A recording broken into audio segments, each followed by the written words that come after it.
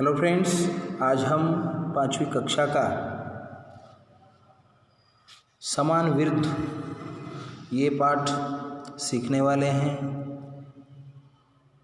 तो इसमें समान विरुद्ध में पहले समान जो शब्द दिए हैं उनको सीखते हैं और फिर बाद में विरुद्ध शब्दों को सीखेंगे। तो समान यानी समान अर्थ के शब्द जिनका अर्थ समान होता है ना। समझो, एक उदाहरण के तौर पे हम शब्द लेते हैं सूरज। सूरज यानी सूर्य, है ना। तो उनके समानार्थी शब्द होते हैं रवि, भानु, भास्कर, दिनकर, सविता, है ना। तो बहुत सारे शब्द होते हैं, अरुण, बहुत सारे शब्द होते हैं। तो ऐसे हमको यहाँ चित्र भी दिए हैं, आपके समझ में ना आए तो, और शब्द भी दिए हैं। तो पहला जो चित्र है वो हम देख सकते हैं। चित्र में आँख है और आँख का जो समान शब्द है वो है नेत्र, नयन। ओके, आँख, नेत्र। दूसरा वृक्ष है तो उसको हम पेड़ भी बोल सकते हैं, वट भी बोल सकते हैं। तीसरे चित्र में पंछी दिख रहा है और उसको हम पक्षी भी बोल सकते हैं। आप बोलोगे पक्षी, मराठी में भी बोल सकते हो पक्षी, और हिंदी में भी पक्षी आप बोल सकते हो। ओके।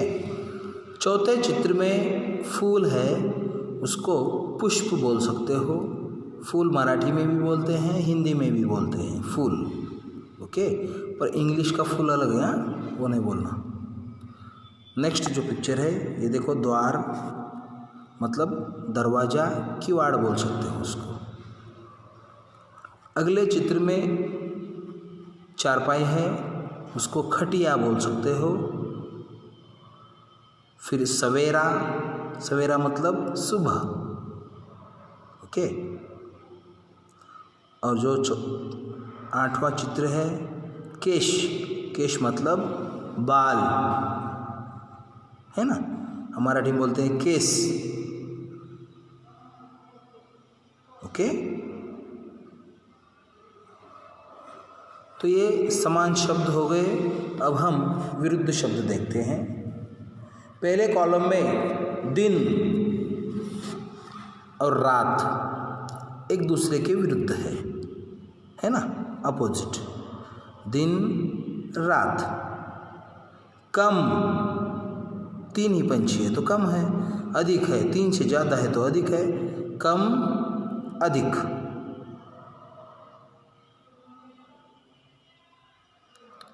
फिर नेक्स्ट चित्र अगर देखोगे हम, चाय है वहाँ पे गरम, और कुल्फ़ी है ठंडी।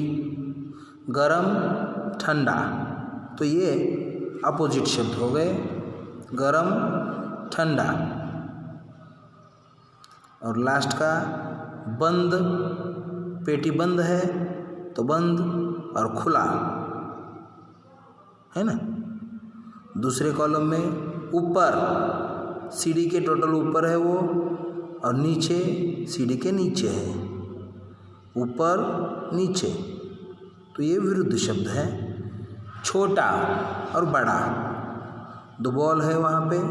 छोटा बॉल जो कि क्रिकेट में होता है, और फुटबॉल जो कि फुटबॉल खेलते समय हम खेलते हैं उस बॉल से, बड़ा होता है उससे। सुखी, दुखी, आप ये देख सकते हो चित्र।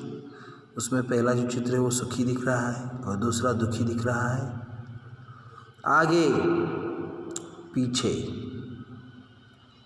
तो ऐसे बहुत सारे समानार्थ के और विरुद्ध अर्थ के शब्द आप इस बुक में भी बहुत सारे शब्द आपको मिल जाएंगे। करीब करीब 100-150 के ऊपर शब्द मिल जाएंगे। अगर आप संकलन उसका करोगे तो बहुत अच्छी तरह उन समान अर्थ के शब्दों का और विरुद्ध अर्थ के शब्दों का आपका ज्ञान अच्छी तरह बढ़ेगा,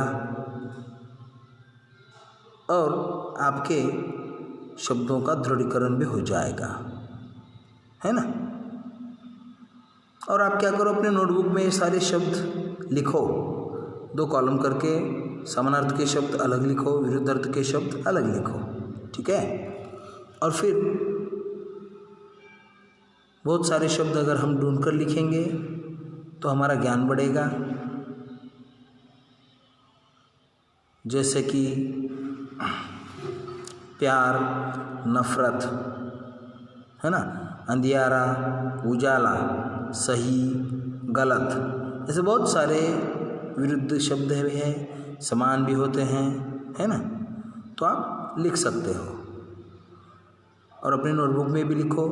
और वो जो आपने पुस्तक में ढूंढकर शब्द लिखे हैं उनका एक फ़ोटोकॉपी निकाल के अपने व्हाट्सएप ग्रुप पे भी भेज दो, ताकि मुझको पता चले कि आपने कौन से शब्द समानार्थ के शब्द ढूंढे हैं, कितने विरुद्ध अर्थ के शब्द ढूंढे हैं। कम से कम 100 के ऊपर होने चाहिए, है ना। तो आपका अभ्यास हो जाएगा। तो चलो इस बात पे ये पाठ यहाँ पे समाप्त करते हैं। Thank you.